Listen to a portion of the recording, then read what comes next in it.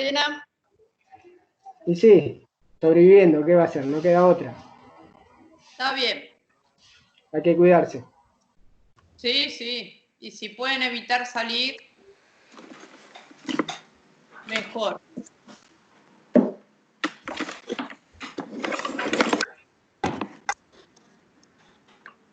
¿Ustedes trabajan? Ahora, digo. No. Ahora no. Bueno, entonces ustedes son los que se van a sacar 10. Ojalá, sería todo un logro. Dios la escuche, profe, Dios la escuche. Bueno, es lo que a eso tienen que apuntar. Sí. En vez de ponerse ansiosos, comer de más, ¿vieron? Porque estamos todos en esa. Descarguen la locura estudiando. Esa es buena, es buena. Claro, hay que buscar la forma de descarga más sana. Es más agradable sacarse un 10 que engordar 10 kilos, ¿vieron? Totalmente. Bueno. Por supuesto. No, se puede. He tenido un par de alumnos de 10. Usted dice que no es imposible. No. No, aparte, hay algo muy simple. Ustedes tienen las preguntas. Realmente. Ella va a comer. No, a estudiar. Ustedes tienen las preguntas. Tienen un examen. Las preguntas también son más preguntas de las que les tomamos, pero teniendo las preguntas no pueden errarle. Es solamente ponerse a estudiar. Tal cual. Los que son recursantes saben que las preguntas que hacemos en el examen son las preguntas de los cuestionarios. Por eso yo les insisto de que lean los cuestionarios. Y no es por hacer la pregunta del cuestionario, sino porque aprendan los conceptos de los libros. Los cuestionarios los sacan de los libros. ¿Me entienden? Entonces, si tienen las preguntas, tienen los libros, no tienen por qué no aprobar y aprobar muy bien. Lo que pasa que, bueno, por supuesto, hay que tener un método, hay que sentarse, hay que organizar los tiempos, ¿sí? Y hay que tener una organización para estudiar. Pero si uno logra esa organización, tienen todo el material para realmente sacarse un 10. Yo no soy de la idea de que me ha pasado como estudiante de que me dan contenidos en el aula y en el momento del examen me toman otra cosa. Me ha pasado y uno no podía protestar ni decir absolutamente nada. ¿Sí? Esas incoherencias no son las que me atraen a mí. Les doy la bibliografía, les doy las preguntas, hablamos de ese material, explico eso, no es que explico una cosa, les doy otra cosa, las preguntas son otra cosa y en el momento del examen les tomo otra cosa que no tiene nada que ver con lo que les di. Tienen todo el material, así que tienen que agarrarlo con entusiasmo. El tema es, un consejo, por supuesto, es uno tiene que ser muy constante y tener horas de estudio, ¿sí?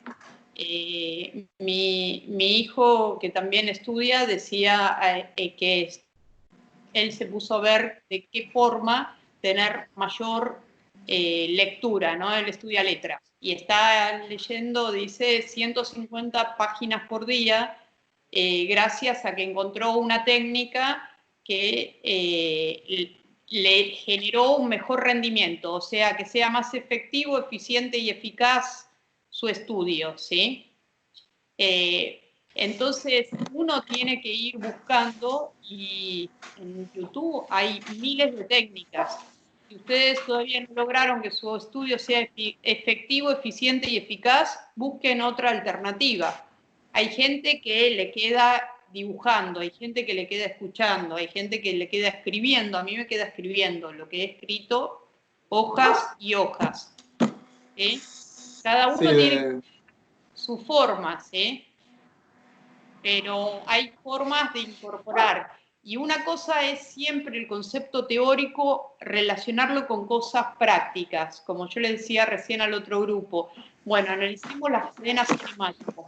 ¿Cuándo una cadena es abierta? ¿Cuándo es cerrada? ¿Cuándo es frenada? Digan ejemplos.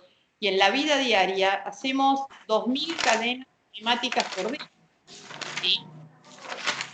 Entonces, si ustedes, a medida que, no sé, están cebando mate, que están caminando, dicen, esto es una cadena abierta por tal cosa, tal cosa, tal cosa, esto es una cadena cerrada, esta es una frenada, acá está actuando una fuerza interna, acá está actuando una fuerza externa por tal cosa, uno termina incorporándolo, pero si uno lo estudia en forma aislada, sin buscar ejemplos y sin llevar a la práctica, es más difícil incorporar los conocimientos, ¿sí? Yo, por ejemplo, hoy me acordaba, repasando la parte de músculo, estoy preparando el video de músculos, un ejemplo que daba una profesora, bueno, viene a causa de músculo, ¿no? Pero para que uno tiene que asociar con conceptos que uno ya tiene. Por supuesto que cuanto mayor es el bagaje de conocimientos que uno tiene, más rápido estudia, porque tiene a qué asociar el conocimiento nuevo. Cuanto menos conocimiento tiene uno, más le cuesta, porque hay que armar la estructura, ¿no?, de conocimiento. Pero hay que asociar a cosas simples. Por ejemplo, estaba repasando y digo, me acordé de un ejemplo que daba la profesora, ¿no?, de las fibras musculares, que lo vamos a ver cuando veamos músculo. Una cosa son los músculos fusiformes, donde las fibras del músculo son todas paralelas, ¿sí? Y una cosa es el músculo peniforme, donde las fibras forman un ángulo con un tendón. Entonces, por ejemplo, para llevarlos al ejemplo, el músculo fusiforme es así, todas las fibras son paralelas y tiene un tendón y un tendón. Esto sería, nada más que se lo dibujo un poquito más dilatado, músculo fusiforme. Y el músculo peniforme era un tendón y las fibras así, dispuestas formando un determinado ángulo con ese tendón central. Y se decía que un músculo tenía más fuerza cuanto más fibras tenga en su área de sección transversal. Transversal a las fibras. Transversal quiere decir 90 grados, chicos. Sabés que dicen un corte transversal es a 90 grados. Entonces, si yo hacía un corte transversal así, y acá va a haber menos fibras que si hago un corte transversal acá, porque es transversal a las fibras. Entonces, para que sea transversal a las fibras, me abarca todo esto. El corte cambia, ¿sí? Entonces acá había mayor cantidad de fibras, lo que implicaba que este músculo generaba más fuerza que este. Y bueno, alguien en ese momento preguntó y dijo, pero ¿cómo es eso? Y dice, esto asócienlo con los autos estacionados en el cordón. Si hay un auto atrás de otro, sería en serie. Sería este músculo.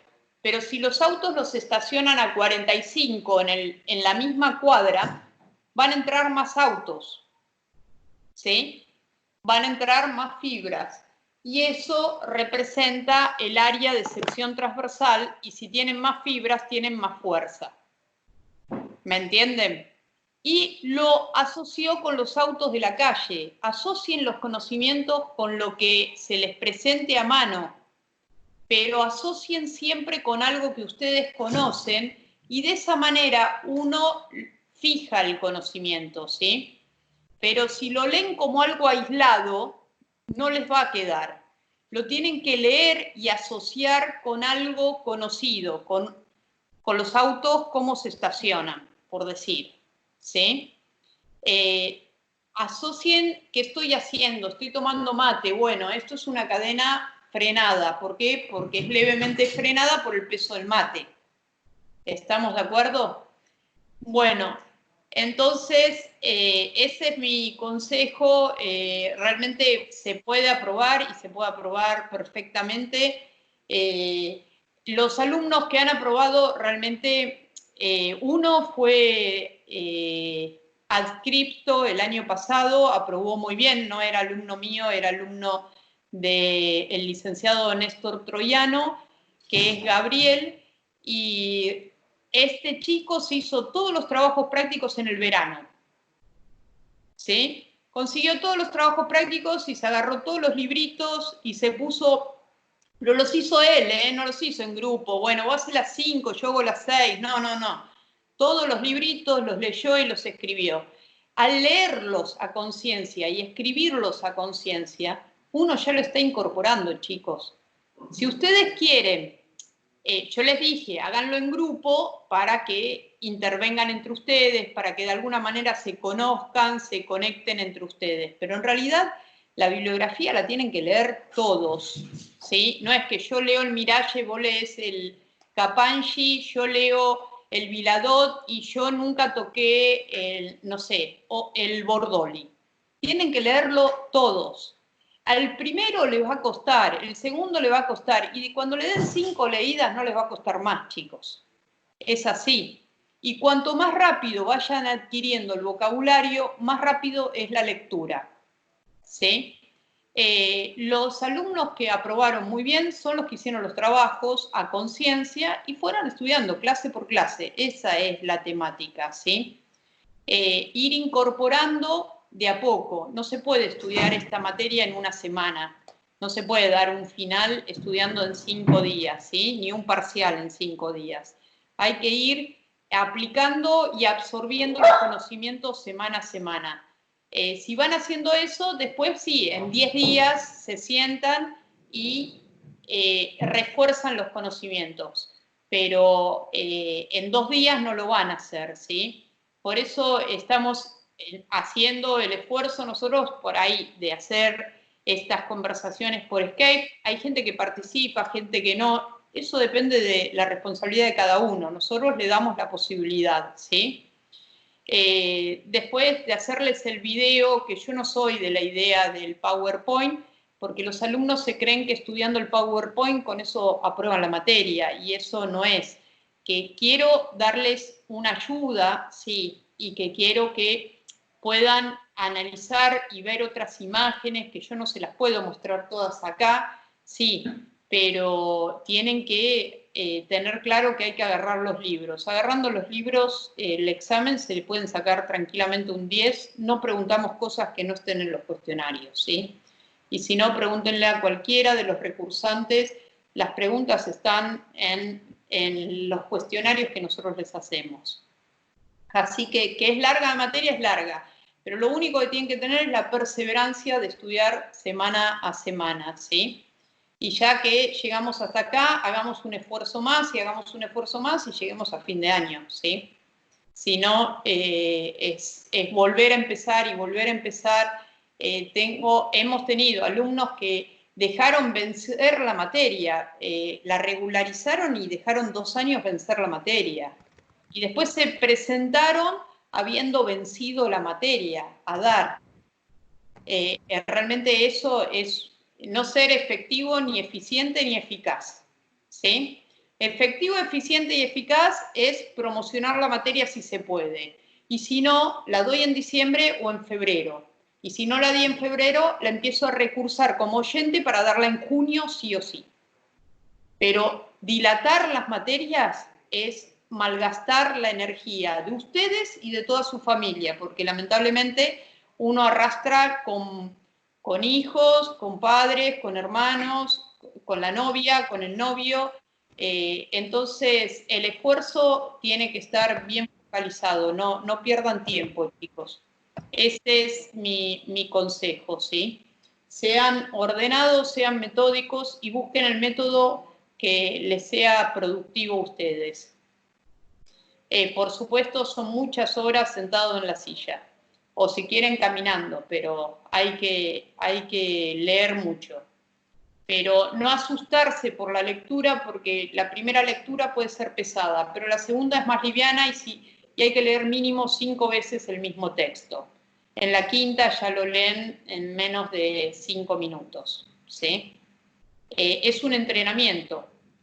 pero hay que entrenarse, no puedo salir a correr la maratón si no me entrené previamente. Bueno, para aprobar un examen, para aprender, primero lo que nos tiene que interesar es aprender. Si aprendimos, el examen se tiene que aprobar. Eso queda descontado, ¿sí? Profe, ¿qué pasa con los que debemos finales? Por lo cual no se podría promocionar la materia. Y igual el tema, y yo calculo que no, honestamente, no calculo que no van a promocionar la materia.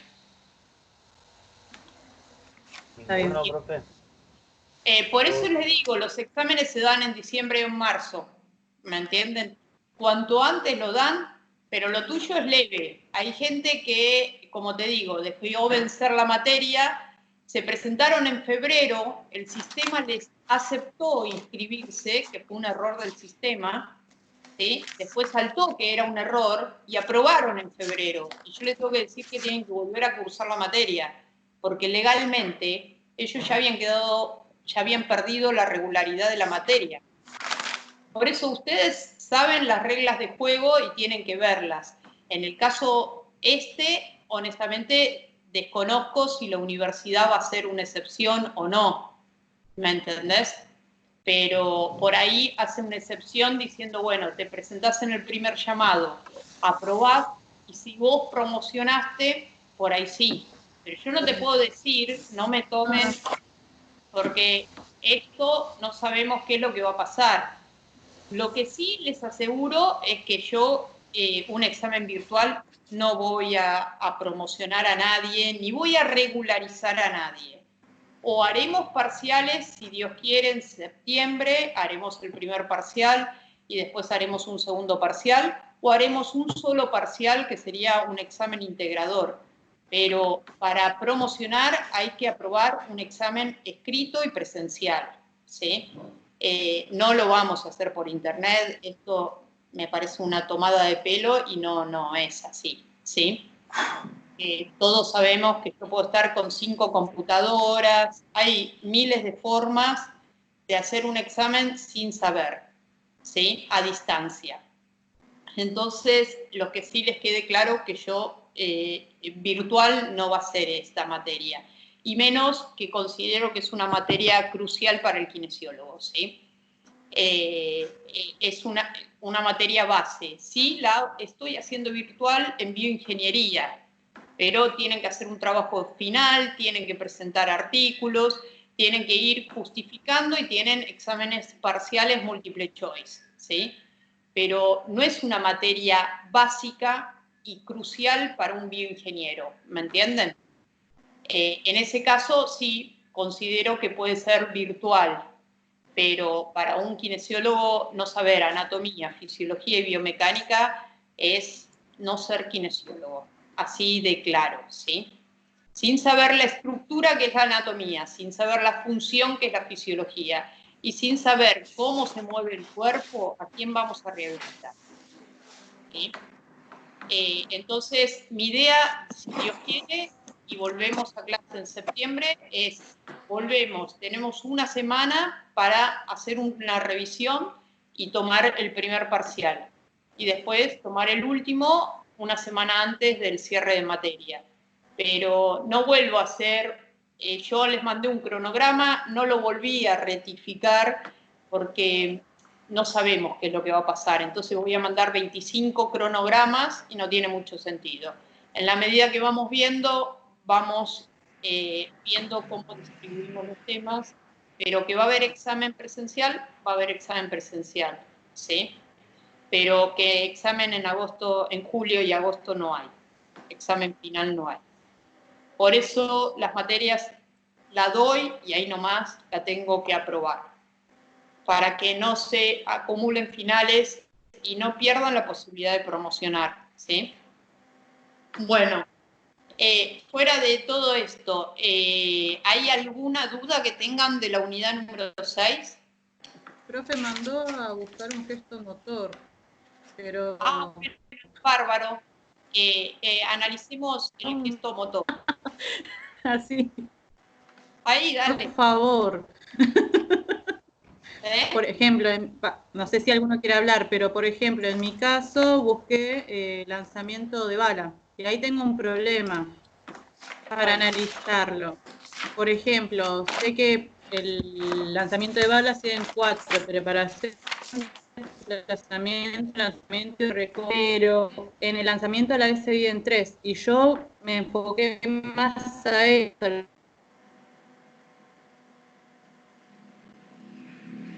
Se cortó.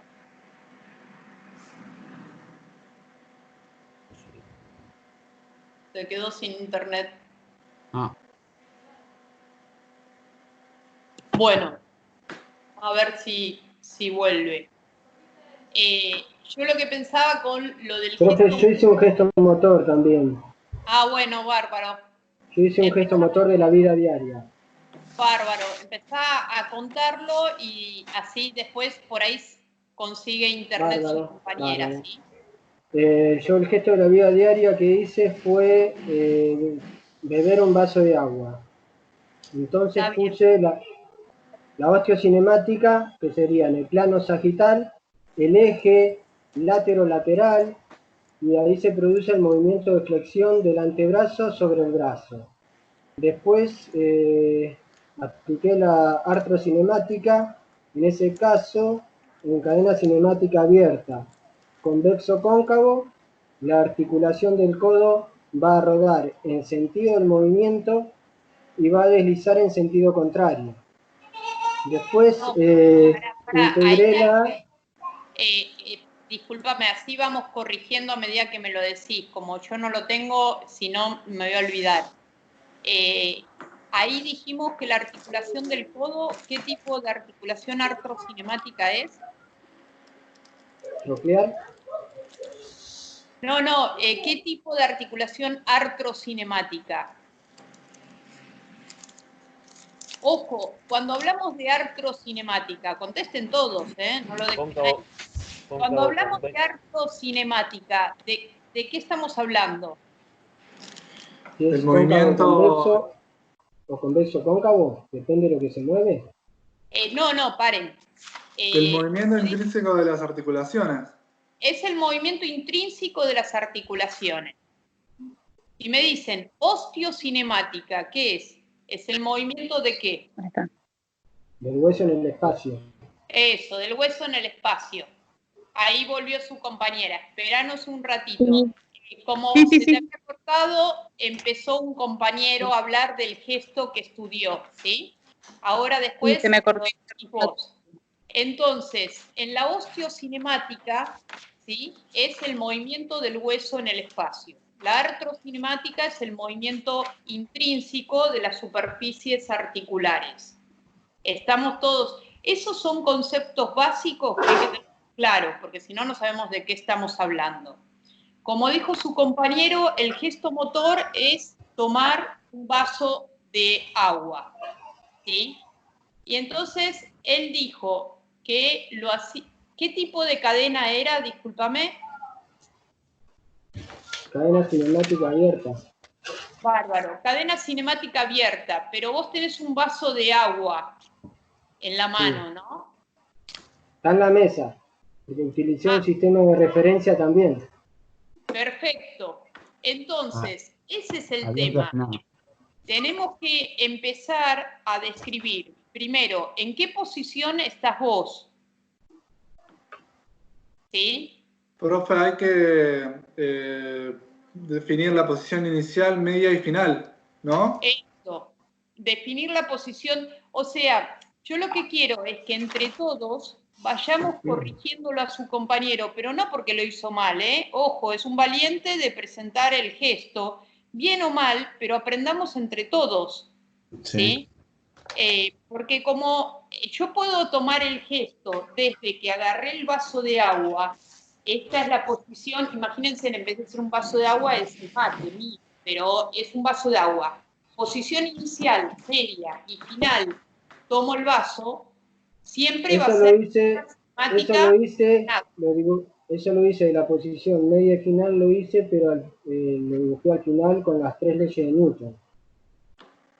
Pero está perfecto lo que vos hiciste, no digo que no. pero a lo que voy es que yo tengo que saber cuál era tu posición inicial, para saber si vos ya tenías el vaso de agua o tu posición inicial fue con la mano en reposo, extendí el brazo y ahí no tengo el vaso.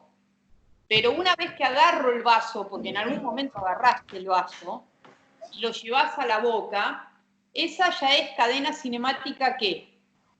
Abierta, frenada. Abierta. Abierta, frenada. ¿Me entienden? Que dentro del mismo gesto, la cadena cinemática funcionalmente puede ir cambiando, ¿sí?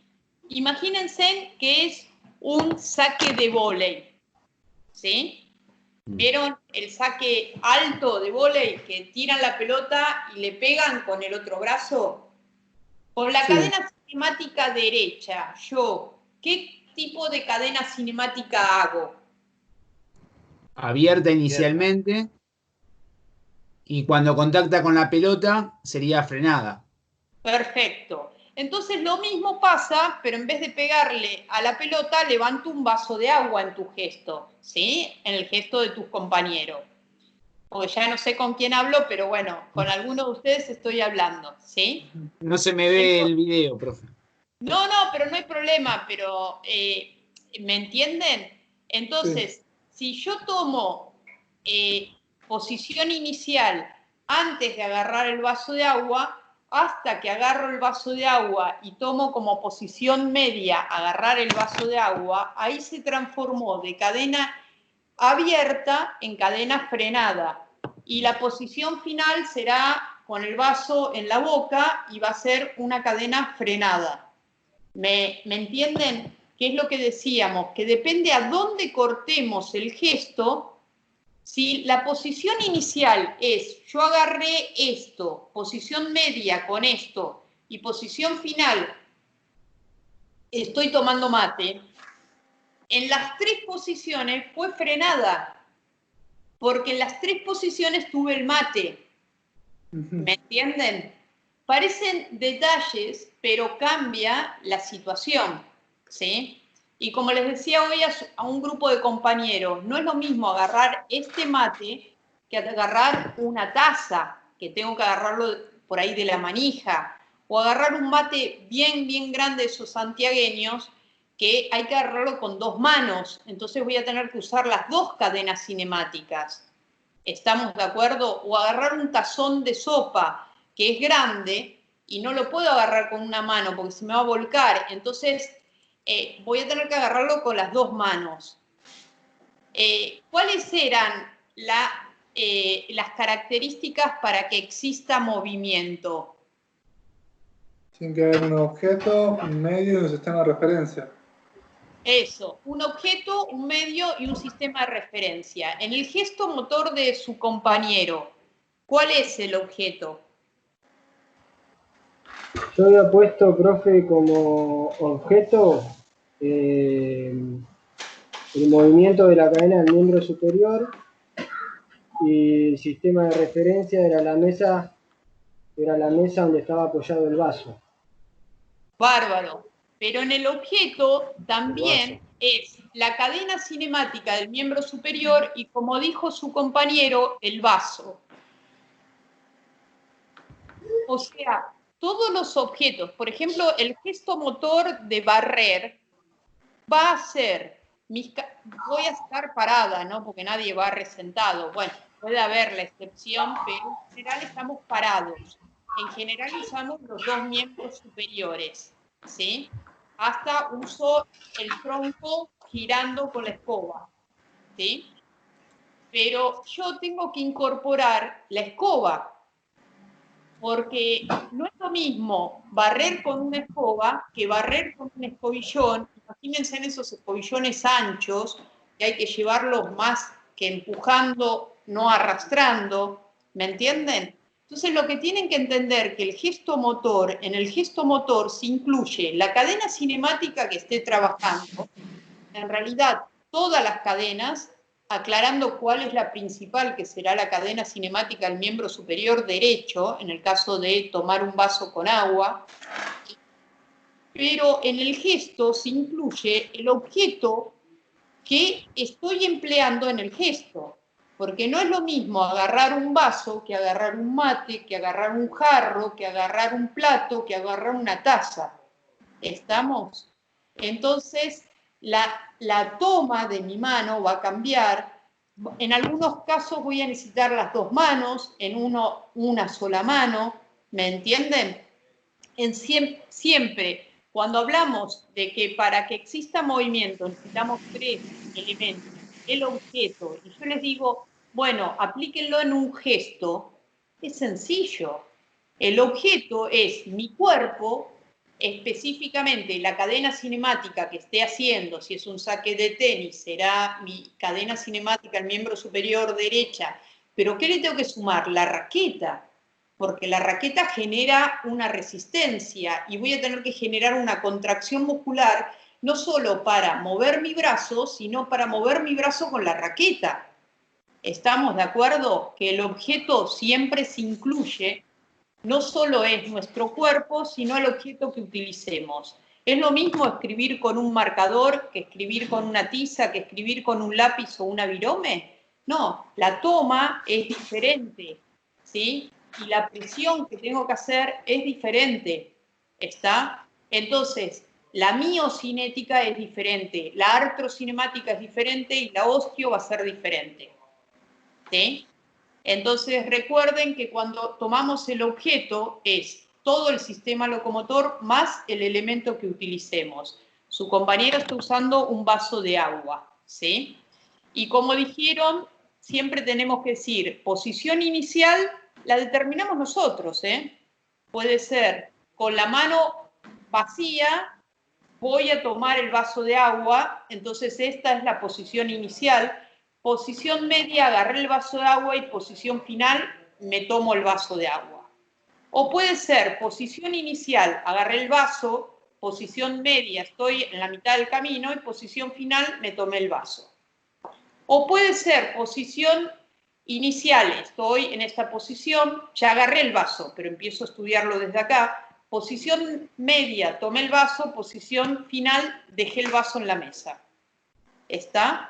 Eso lo deciden ustedes, qué parte del gesto van a estudiar, pero lo tienen que decir, porque si no, no sé si es cadena abierta o cerrada, porque no sé si agarraron o no agarraron el vaso. ¿Entienden? Que ahí cambia. Bueno, entonces, ahí vamos. Lo otro que vos decías, que cómo era la artrocinemática, entonces, ¿qué cadena cinemática es la que trabaja en tu gesto motor de tomar un vaso? La cadena cinemática abierta, cóncavo-convexo. Pará, no mezclemos. Cuando hablamos de cóncava convexa o convexa cóncava, estamos hablando de la artrocinemática. ¿Sí? Sí. Entonces, cuando vos me digas qué cadena cinemática, es la cadena cinemática.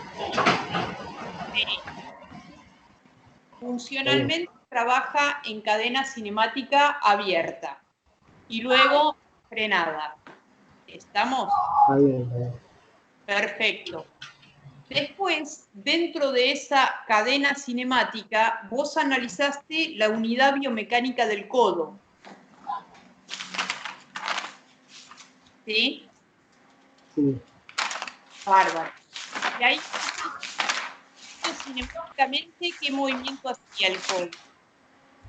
El codo hacía flexión del brazo, del antebrazo sobre el brazo. Extensión. Perfecto. ¿Cuáles son los movimientos osteocinemáticos, chicos? Rodado, deslizamiento y rotación. No, giro y No, balanceo. son Eso los osteocinemáticos sí, giro y balanceo y rotación. ¿Sí? Giro, balanceo y traslación. Este movimiento osteocinemáticamente, ¿qué es? Balanceo. Balanceo. Un balanceo. Entonces, la flexofunción es un balanceo. Entonces, osteocinemáticamente, en el gesto de tomar un vaso de agua, es un balanceo. Sí. Que ese balanceo sea un movimiento de flexión, sí. Pero si hablamos de osteocinemática, ustedes tienen que decir el movimiento osteocinemático es un balanceo. Perfecto. En el plano lateral, con un eje lateral, un movimiento de flexión. Porque el balanceo tanto va a poder ser la flexión como la extensión. ¿Sí? Profe, una consulta en lo que respecta a balanceo. Cuando habla de balanceos puros, son balanceos en un solo plano, pero serían utópicos ese tipo de balanceos. ¿O Sí. qué movimiento hay que sea en un solo plano, balanceo? No. Nosotros tomamos los planos solamente para estudiarlos, pero en la vida diaria no hay ningún gesto motor que lo hagamos en un plano puro, ¿sí?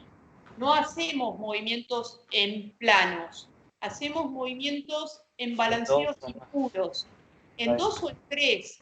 Pues yo voy a agarrar el mate y hago un poco de abducción, un poco de flexión y un poco de rotación interna. ¿Me entienden? Sí. Entonces, la combinación son en los 3 planos los movimientos, ¿sí? Es lo mismo, como yo decía en una oportunidad con una alumna me dice, bueno, si me preguntan en el examen ejemplos de osteocinemática, ¿le puedo decir que es flexión y extensión? No, es balanceo o giro, o traslación. ¿Y qué ejemplo puedo dar? No entendía, y después me dice, ¿y la artrocinemática? ¿En qué gesto se da? Y ustedes tienen que entender que cada vez que me muevo, tengo la osteo, tengo la artro y tengo la mio. ¿Está? Porque yo me moví así para tomar el mate, pero yo le digo tomar el mate porque es lo que se me da por la cámara esta, ¿sí? Pero póngale agarrar mi celular, ¿sí? La resistencia es el celular, ¿está? Pero yo voy a hacer un movimiento semejante a tomar el vaso de agua y voy a flexionar el codo para acercarlo, porque si lo veo así no lo voy a poder ver el celular, ¿sí? Entonces voy a hacer un movimiento de mi antebrazo en el espacio, de el hueso en el espacio. Estoy haciendo osteocinemática. Para poder hacer esto, tuve que contraer determinados músculos. ¿Y qué es? Miocinética.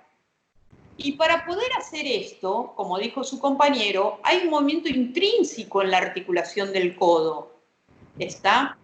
Yo no me puedo mover, no puedo mover ninguna de mis palancas si no estoy haciendo las 3 cosas a la vez. Como dijo su compañero, nadie se mueve en planos. Y nadie hace un movimiento con osteo, otro con arco, otro con miocinética. En cada movimiento estamos moviendo palancas en el espacio, ¿sí? Para peinarme, para lavarme los dientes, para tomar el mate, para acercar el celular, para escribir. Estoy moviendo palancas. Y si estoy moviendo palancas, las estoy moviendo en determinados planos en el espacio, es osteo. Y para que yo pueda mover las palancas, intrínsecamente las superficies articulares están rodando y deslizando y girando. Entonces, a la vez que estoy haciendo la osteo, que es lo que vemos, si nos metemos adentro de la articulación, hay una artrocinemática, ¿sí? ¿Y quién movió estas palancas? La contracción de los músculos, la miocinética. Entonces, es un enfoque que nosotros lo separamos para poder estudiarlo, pero se da combinado y en conjunto. Si no, no se puede dar un gesto. ¿Estamos de acuerdo? Que cada vez que ustedes se levantan de una silla, están haciendo osteo, artro y mio. Cada vez que toman mate o toman un vaso de agua, están haciendo osteo, artro y mio. Mueven palancas en el espacio, generan movimientos intrínsecos en las unidades biomecánicas que estén trabajando y contraen determinados músculos para poder hacerlo. Y eso es la miocinética. Por eso yo les decía, hagan un gesto motor, integren, para no pensar que tengo que pensar un gesto para mio, un gesto para osteo y un gesto para artro. Después, aparte, pensemos un gesto para primera ley de Newton, un gesto para la segunda, un gesto para la tercera. No, están todas las gestos, están En todos los gestos, aunque sean sencillos como tomar mate o tomar un vaso de agua o un lanzamiento de tenis, de handball o de vóley, está todo. Están las fuerzas internas, las fuerzas externas, la osteo, la artro, la mio. No son cosas que se disocian, ¿sí? Bueno, ahora cuando su compañero me decía la artrocinemática, ¿sí? Entonces, ¿cuál es la posición inicial de tomar el vaso de agua?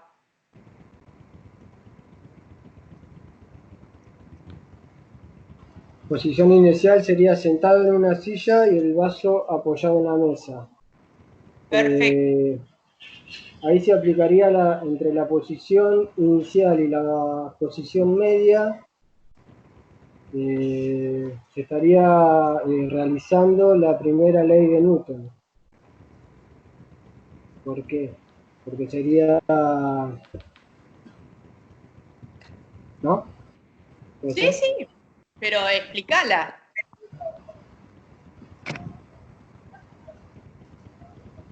Bueno, entonces estaría sentado, estaría el vaso en la mesa, movería la cadena cinemática de miembro superior. Al mover la cadena cinemática del miembro superior, ahí comenzaría la ley de inercia, porque estaría cambiando de estado, de reposo a movimiento. Perfecto, cambió el Ahí estado. tenemos la primera ley. De reposo a movimiento.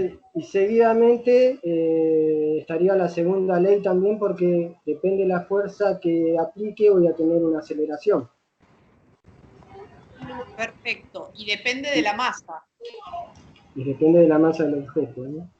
Y entre el comienzo de la posición media y la posición final actuaría la tercera ley de Newton, la ley de acción y reacción.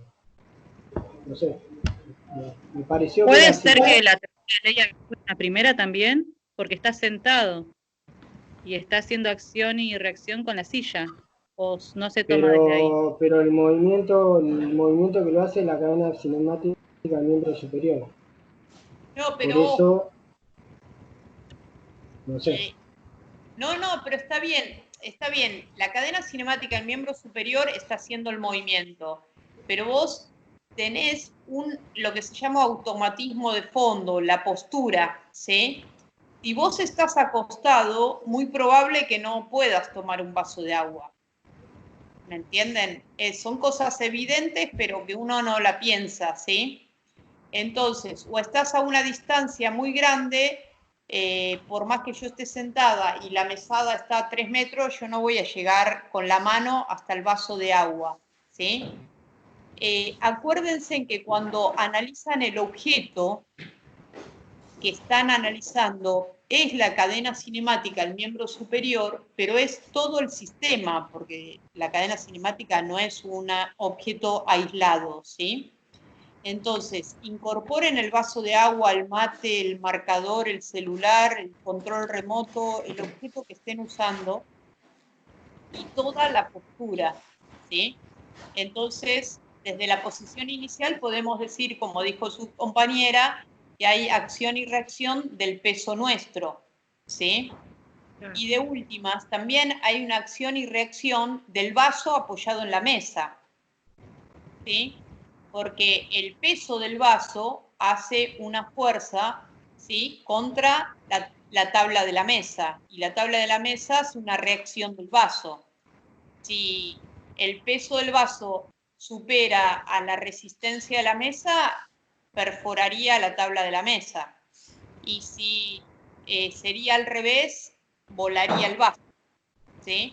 Entonces también tengo acción y reacción cada vez que hay algo apoyado, ¿sí?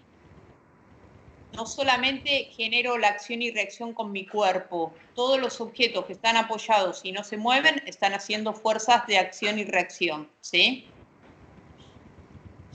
Bueno, en la artrocinemática, como decías, analizabas la unidad biomecánica del codo. ¿Ahí qué sucedía?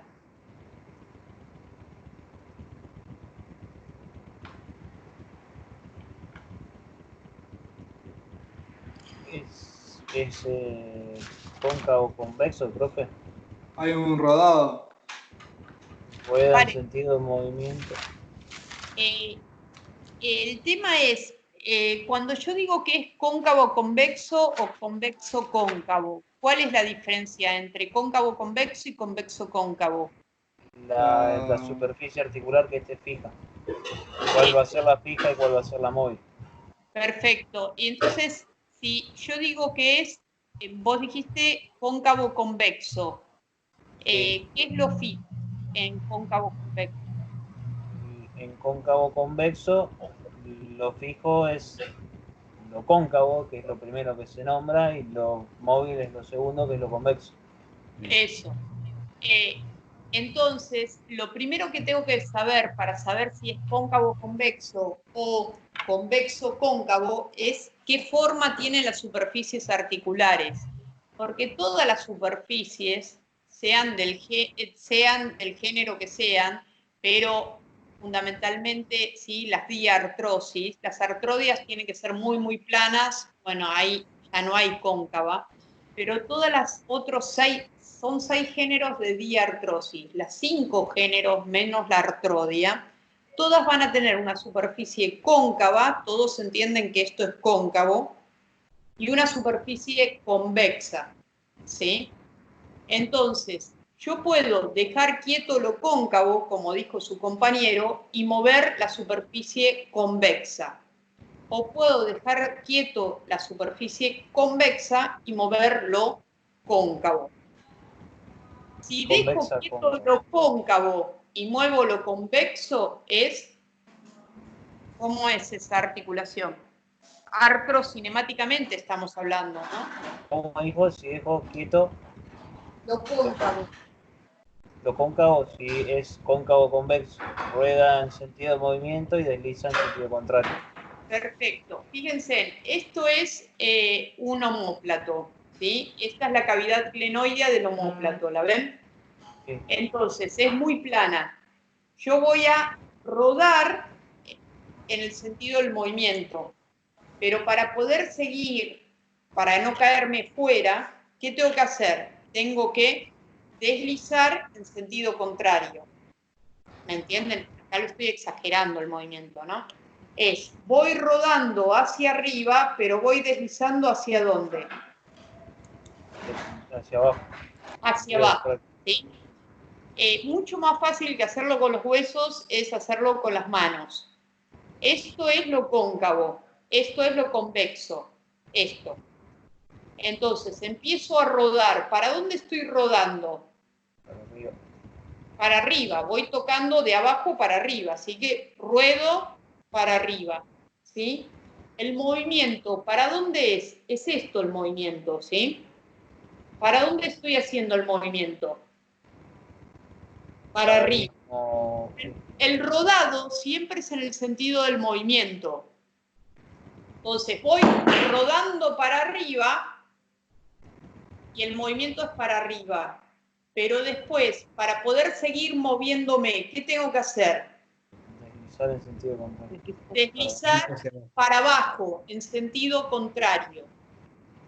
Entonces, ruedo en el sentido del movimiento, en la cóncava convexa, pero deslizo en sentido contrario. En cambio, si la articulación es convexo-cóncava, fíjense, ¿qué voy a dejar quieto? Lo convexo, la parte convexa. Eso, lo convexo dejo quieto y muevo lo cóncavo. Entonces, fíjense, ahí, ¿qué estoy haciendo? Rueda y desliza en el sentido de movimiento. Ven que voy deslizando y rodando hacia arriba. Si lo hago hacia abajo, ruedo y deslizo hacia abajo. ¿Está? Entonces, cuando hablamos de cóncava convexa, convexa cóncava, automáticamente, ¿de qué estoy hablando? De la articulación y la artrocinemática. De la artrocinemática, del movimiento intrínseco de la articulación. ¿Sí? Ahora, para decir que es cóncava o es convexa, lo único que tengo que saber es cómo son las superficies articulares. ¿Sí? Fíjense, la paleta del húmero, ¿cómo es? Convexa. Fíjense la cavidad sigmoidea del cúbito, ¿cómo es? Cóncava. Cóncava, es así, ¿sí? Y si esto es cóncavo, esto no queda otra que sea convexo. Entonces, si la articulo ahí y estoy moviendo el antebrazo sobre el brazo, como dijo su compañero, ¿qué estoy dejando quieto? ¿Lo cóncavo o lo convexo? Lo convexo, es convexa cóncava. Entonces es convexo cóncava. ¿Y para dónde va a rodar? En el sentido del movimiento, ¿sí? Para arriba, en este caso. ¿Y para dónde va a deslizar? Más sentido. En el mismo sentido, hacia arriba. Porque es convexo cóncava. Rueda en el sentido del movimiento y desliza en el mismo sentido. ¿Sí? Entonces, ustedes lo que tienen que saber es que cada vez que hablan de cóncava convexo, convexa cóncava, me están hablando de artrocinemática, ¿sí? Si me están hablando de balanceo, ¿sí? Giro, traslación, osteocinemática. Y si me hablan del tipo de contracción de miocinética, ¿sí?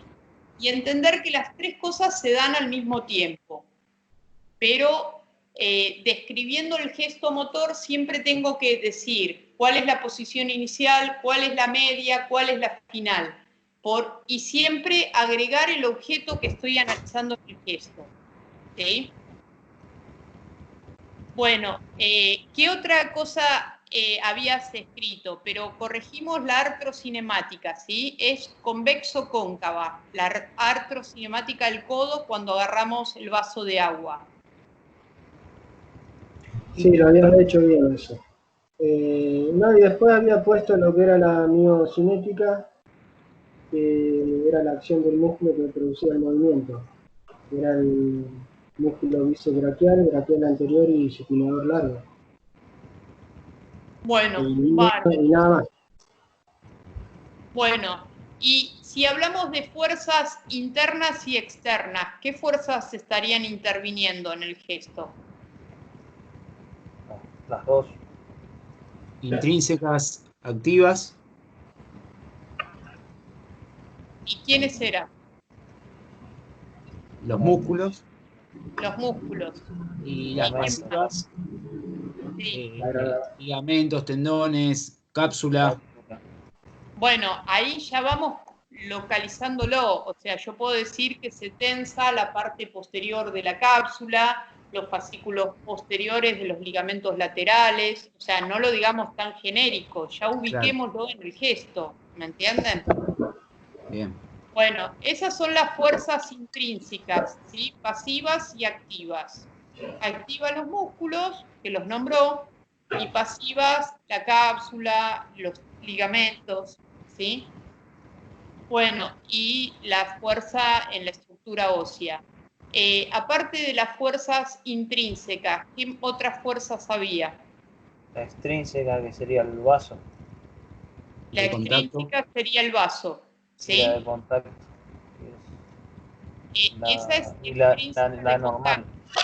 Pero sin contacto, ¿quién es? La gravedad. La gravedad. La acción de la gravedad, porque ojo, no solo tengo que levantar el vaso, sino que tengo que levantar mi antebrazo, ¿eh? Es el peso del brazo más del antebrazo. ¿Sí? Bárbaro. ¿Qué características tienen las cadenas? ¿Algo más escribiste? No, profe, nada más. Bueno, bárbaro.